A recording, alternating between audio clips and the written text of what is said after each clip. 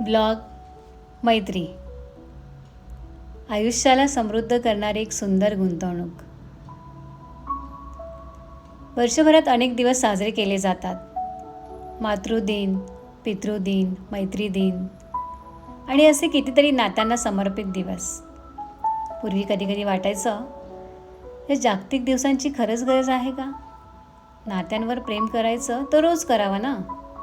पण जसं आयुष्य अनुभवत गेले तसं जाणवलं की कदाचित हे दिवस नात्यांना गृहीत न धरता त्यांच्याबद्दल कृतज्ञता व्यक्त करण्याची एक सुंदर आठवण असतात. आईसाठी मातृदिन, बाबांसाठी पितृदिन, मित्रांसाठी मैत्री दिन. पण खरं सांगायचं तर काही नाती अशी असतात की त्यांच्यासाठी एकच दिवस पुरेसा नसतो. त्यापैकीच एक म्हणजे मैत्री. आज माझ्या एका जिवलग मित्राचा वाढदिवस आहे आणि त्याच्या निमित्ताने मैत्री या नात्याबद्दल मनापासून लिहावंसं वाटलं. कारण काही नाती रक्ताची असतात तर काही नाती मनाची असतात.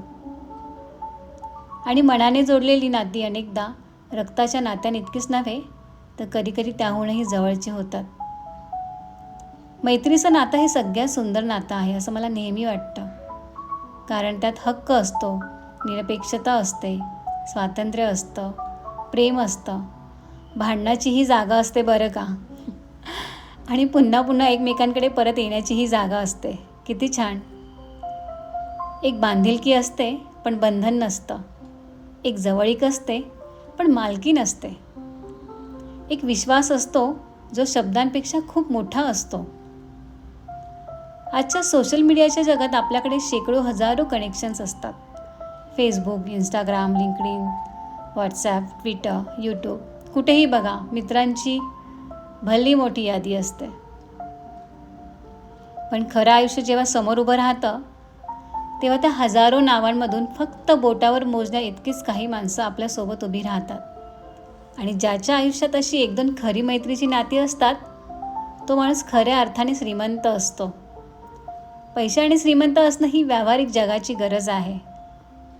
पण नात्याने श्रीमंत असणं ही आयुष्याची समृद्धी आहे. आणि या समृद्धीमध्ये मैत्रीचा वाटा खूप मोठा असतो.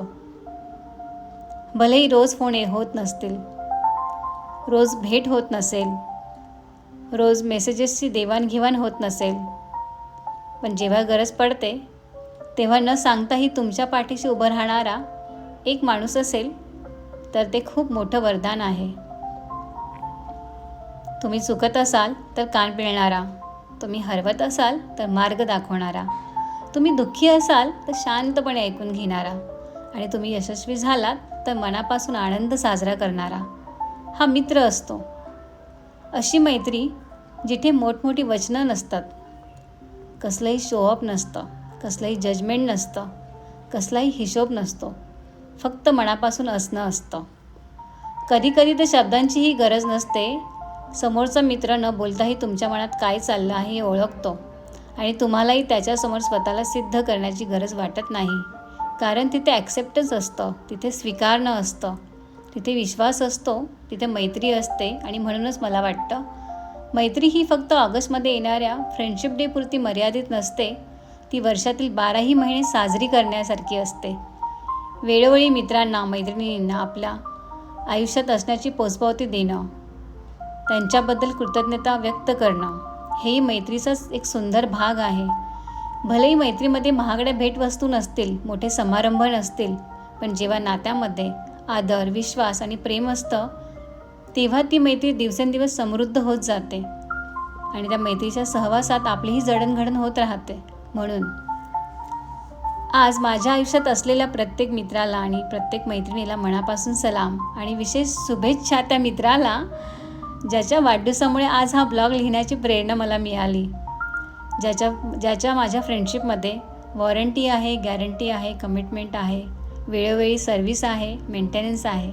अशा या माझ्या मित्राला आज एवढंच म्हणावंसं वाटतं आहे, मित्रा, तुझ्या सर्व इच्छा, स्वप्न आणि महत्त्वाकांक्षा पूर्ण होत, तुला उत्तम आरोग्य लाभो, यश, आनंद, समृद्धी आणि समाधान तुझ्या आयुष्यात भरभरून येवो.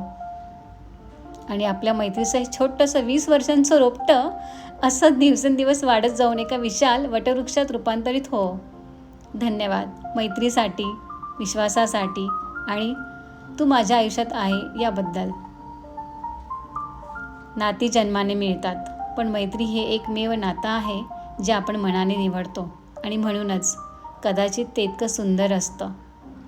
धन्यवाद. ब्लॉग आवडल्यास नक्की लाईक, शेअर आणि सबस्क्राईब करा. तुमचा एक प्रतिसाद, एक प्रतिक्रिया, एक लाईक, एक कमेंट, एक सबस्क्राईब मला लिहिण्यास प्रेरणा आणि प्रोत्साहन नक्कीच देत असतं. मनापासून धन्यवाद. प्रणाली शिवकमल आव्हाड.